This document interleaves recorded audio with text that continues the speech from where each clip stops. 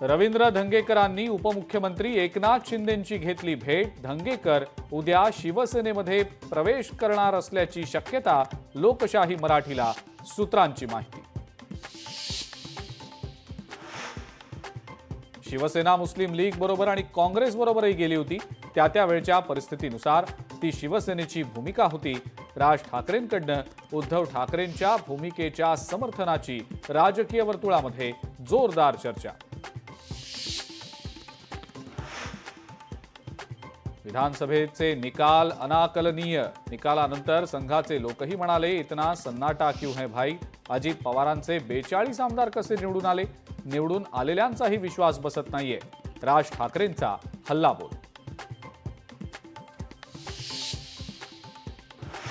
बीडमध्ये डीपीडीसीच्या बैठकीमध्ये अजितदादांचा पदाधिकाऱ्यांना सज्जड दम।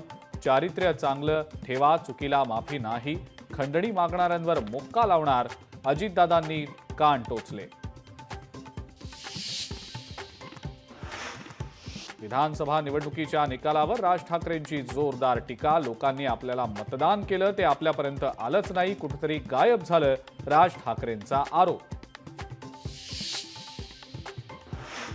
मनोज जरांगेंकडनं उपोषण स्थगितीची घोषणा। आता उपोषण नाही तर समोरासमोर लढणार। वेळ पडल्यास मुंबईला येणार, जरांगेंचा पुन्हा इशारा।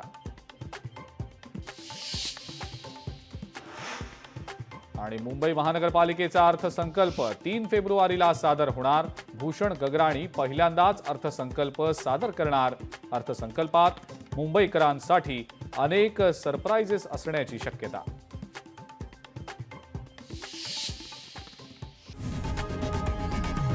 लोकशाही मराठी ऐका, पहा, जागरूक रहा।